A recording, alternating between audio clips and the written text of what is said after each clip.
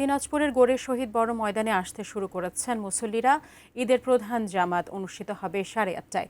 দিনাজপুর গোরে শহীদ বড় ময়দান থেকে সরাসরি যুক্ত হচ্ছেন প্রতিনিধি ভুবন সেন। আপনাকে ঈদ মোবারক, ঈদের শুভেচ্ছা জানাচ্ছি।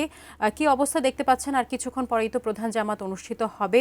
এই মুহূর্তে মুসল্লিরা আসতে শুরু করেছেন, যেমনটি বলছিলাম। শেষ মুহূর্তের প্রস্তুতি সম্পর্কে আমাদেরকে জানাবেন। পবিত্র ঈদুল আজহার শুভেচ্ছা।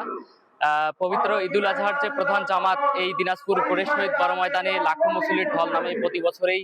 আর কিছুক্ষণের মধ্যেই কিন্তু এখানকার যে প্রধান জামাত সেটি অনুষ্ঠিত হবে 8:30টায়। এখানে যারা মুসল্লিরা রয়েছেন তারা চারদিক থেকে এখানে তারা আসতে শুরু করেছেন 8:30টায়। আর কিছুক্ষণ পর নাগাদ এখানে যে প্রধান জামাত সেটি কিন্তু অনুষ্ঠিত হবে। আমরা দেখেছি সকাল থেকে নিশ্চিত নিরাপত্তায় আইন শৃঙ্খলা বাহিনী তারা কিন্তু রয়েছেন। 4 স্তরের আইন শৃঙ্খলা বাহিনীর যে নিরাপত্তা ব্যবস্থা সেটি রয়েছেন। সাথে ওয়াচ টাওয়ারের মাধ্যমে পর্যবেক্ষণ করার জন্য তারা কিন্তু কাজ করছেন।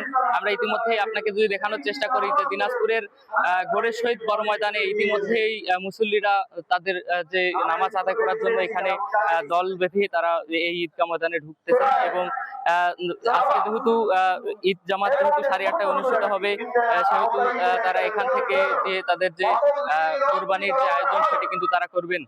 এখানে যারা এই ঈদগাহ ময়দানে প্রধান ইমামতি করবেন ইমাম সমিতির সভাপতি মাওলানা মতিউর রহমান কাশিমি, তিনি কিন্তু ইমামতি করবেন সকাল 8:30টায়। এখানে নামাজ আদায় করবেন স্থানীয় সংসদ সদস্য সৈয়দ জাহাঙ্গীর আলম, জেলা প্রশাসক রফিকুল ইসলাম এবং পুলিশ সুপার জেদান আল মুসা এবং বিভিন্ন রাজনৈতিক দলের নেতৃবৃন্দ তারাও কিন্তু এখানে নামাজ আদায় করবেন।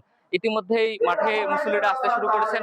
মাঠ কানায় কানায় পরিপূর্ণ হবে সেই প্রত্যাশা আমরা করছি। যেহেতু আরো আধা ঘন্টা সময় বাকি আছে, সেহেতু আরো বেশি ধরনের যে লোক সমাগম সেটি কিন্তু উপস্থিত হবে এই দিনাজপুর গোরে শহীদ ময়দানে। আমরা দেখেছি দিনাজপুর গোরে শহীদ বড় ময়দানে চারদিকে প্রায় 17টি গেট আছে, যাতে মুসল্লিরা নিরাপদে বা নির্বিঘ্নে প্রবেশ করে।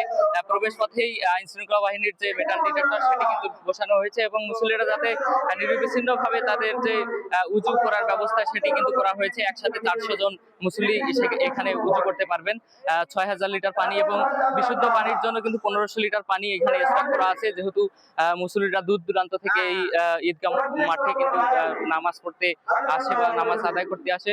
এখন আর কিছুক্ষণ পর এই যে নামাজ অনুষ্ঠিত হবে, সেই নামাজে কিন্তু প্রধান যে ইমামতি করবেন দিনাজপুরের ইমাম সমিতির সভাপতি মাওলানা মতিউর রহমান কাশিমি, তিনি কিন্তু ইমামতি করবেন। আর কিছুক্ষণ পরেই পরবর্তী লাইভে আপনাদেরকে সরাসরি যুক্ত করার চেষ্টা করব।